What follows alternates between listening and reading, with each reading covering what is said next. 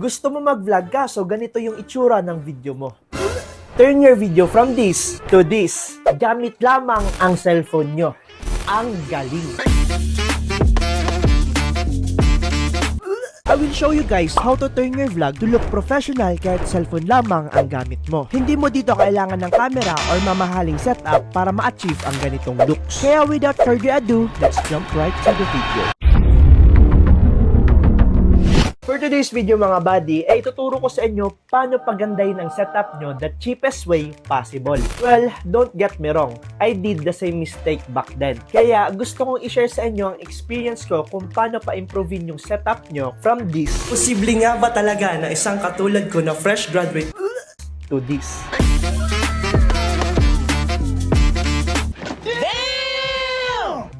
Ang lupet. If alam ko na nga to dati pa sana ginawa ko na. Huwag na natin tong patagalin pa. Ito lang ang gagawin mo to achieve these looks sa mga vlogs mo. Hindi mo nga kailangan ng mamahaling camera para gawin to. As long as pwede mo nang i-adjust yung exposure ng camera mo, basically pwede mo na tong umpisahan. Wala na tong paligoy-ligoy pa. Ito na yung listahan na bibiliin mo in order for you to achieve this setup. Don't worry, di ito nakakabutas ng bulsa. First, you need to have two parabolic soft light. Tapos, isang stand para sa CP mo. At syempre, to add something fancy sa background, mag-a-add ka ng mga LED lights. If wala pa kayo pambili ng softbox, natural light coming from your windows is actually pretty decent. The only downside is that makakapag-film ka lang ng umaga. Limited nga ang time mo dito. Tapos, gumagalaw-galaw pa yung ilaw mo, making it inconsistent tingnan sa video. So, having two softbox lights will definitely solve that problem.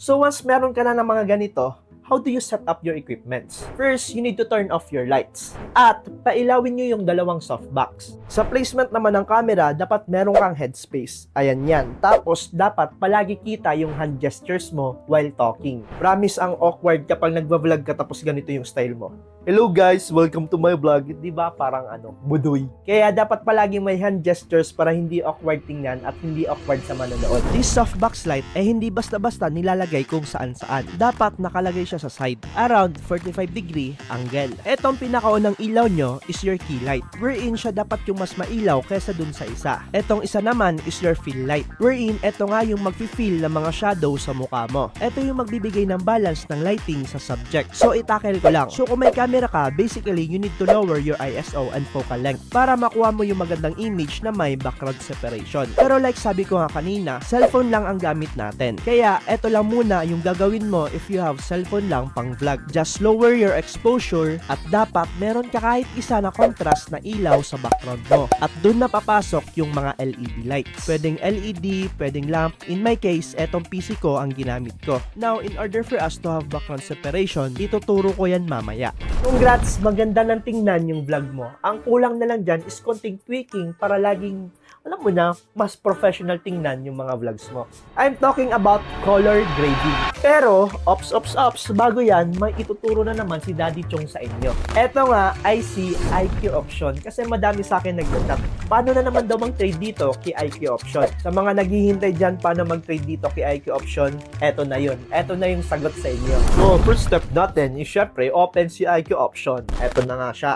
Nasa description nga pala yung link ni IQ option. Click nyo yan, diretso register na yan mga bad. So kapag nandito na kayo, super easy lang ng gagawin nyo dito.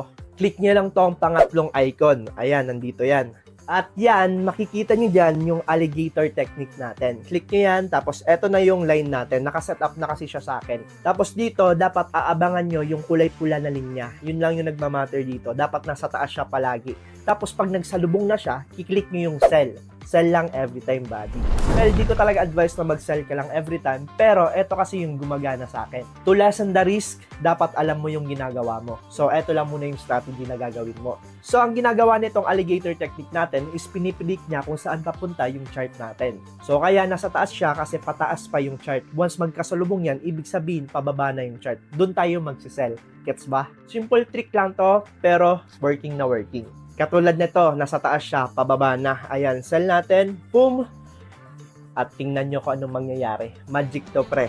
Hintay-hintay lang.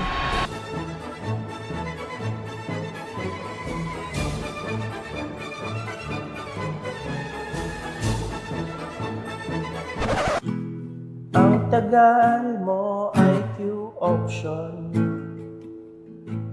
Ang Ang tagal mo, IQ option. Ang tagal ng traffic.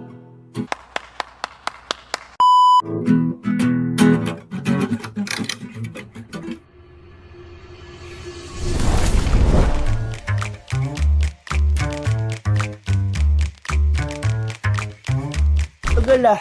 Ang tagal. May profit na sana pero di worth it sa paghihintay natin. Halos 30 minutes na pero yan lang ang profit. Hindi worth it. Hintay pa tayo ng mas matagal.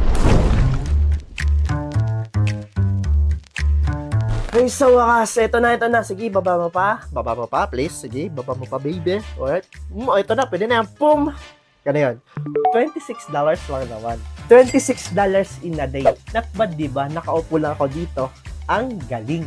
Kaya kung ako sa inyo guys, click the link in the description below at itry nyo na tong si IQ option. Kung wala ka pang pampuhunan, pwede mo pa din itry itong si IQ option.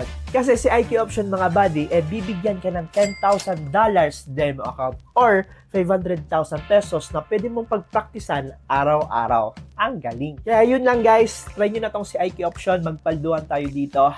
Let's go back to the video. So dito nga guys, kumuha tayo ng example sa video natin. Make sure to watch the whole video mga buddy. Isusulat ko na lang dito yung mga adjustment na ginawa ko para naman ma-screenshot nyo na at mabasa nyo na maigi. Take note, nakadepende pa rin ang pag-color grade mo sa picture ng vlog mo. Pero kung itong settings na ginawa ko ay swak naman sa picture mo, pwede nyo na din tong gayahin. So alam mo na ang setup buddy, sige na mag-vlog ka na, ayusin mo na yung setup mo, huwag ka nang mahiya. Sana nag-enjoy ka, see you sa susunod ko video, until next time, bye-bye!